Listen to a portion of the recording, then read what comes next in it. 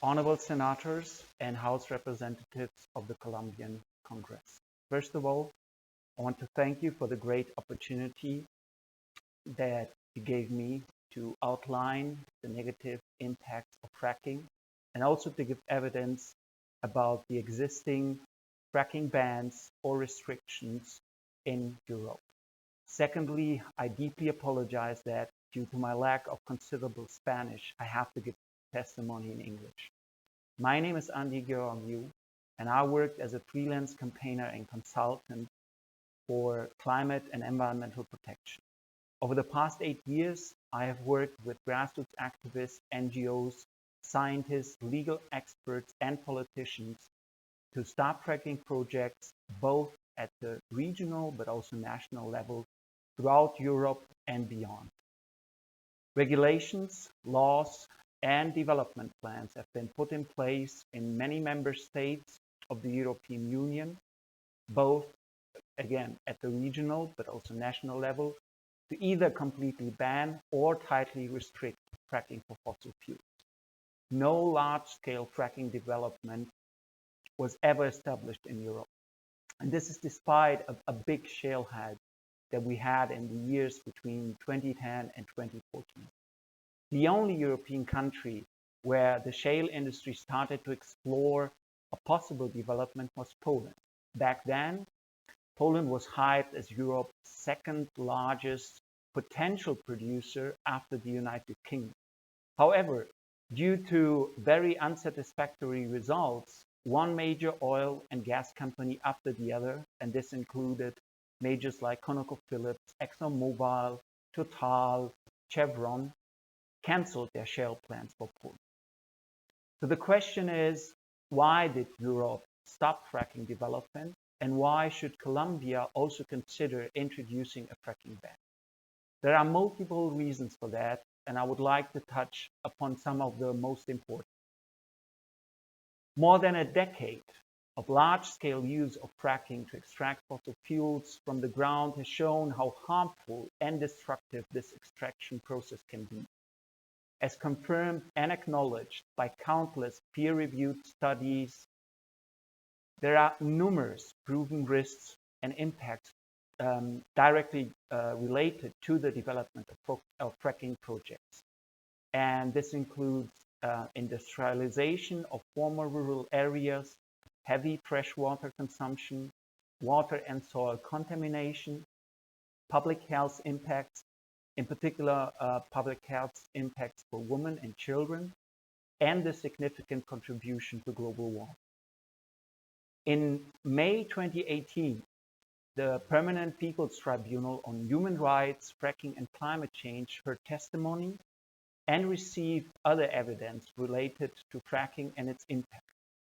Included were very substantial reports from 4 prior tribunals that had gathered scientific, technical, social, and also cultural testimony from many communities or organizations, experts, and also individual citizens.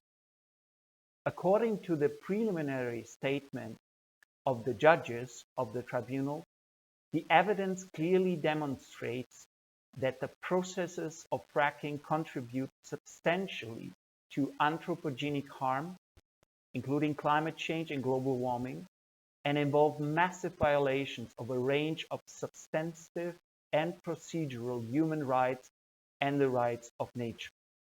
The evidence also shows that governments have, in general, failed in their responsibility to regulate the industry so as to protect people, communities, and nature. In addition, they have failed to act promptly and effectively to the dangers of climate change that fracking represents.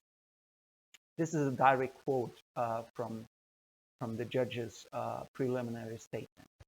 And in the final advisory opinion, the Permanent People Tribunal recommended that fracking be banned and that the Special Rapporteur on Human Rights and the Environment be asked to investigate the violations of the rights of humans and nature by the unconventional oil and gas extraction industry.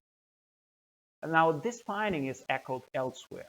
For example, in October 2018, the United Nations Committee on Economic and Social and Cultural Rights issued an official warning concerning fracking for shale gas in Argentina, saying that the committee is concerned that this hydraulic fracturing project contradicts the states parties' commitments to the Paris Agreement with a negative impact on global warming and the enjoyment of the economic and social rights of the world population and future generations.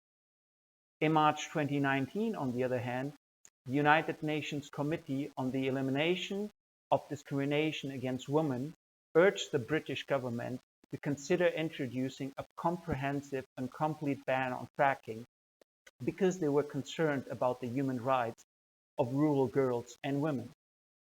In June 2019, the Human Rights Council published a report on climate change and poverty, clearly highlighting the fact that fossil fuel companies are the main driver of climate change and that the track record of the fossil fuel industry makes clear that over-reliance on profit-driven actors would almost guarantee massive human rights violations.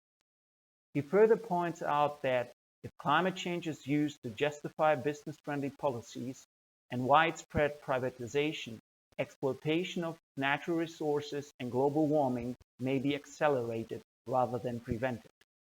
That is definitely true for the fracking industry.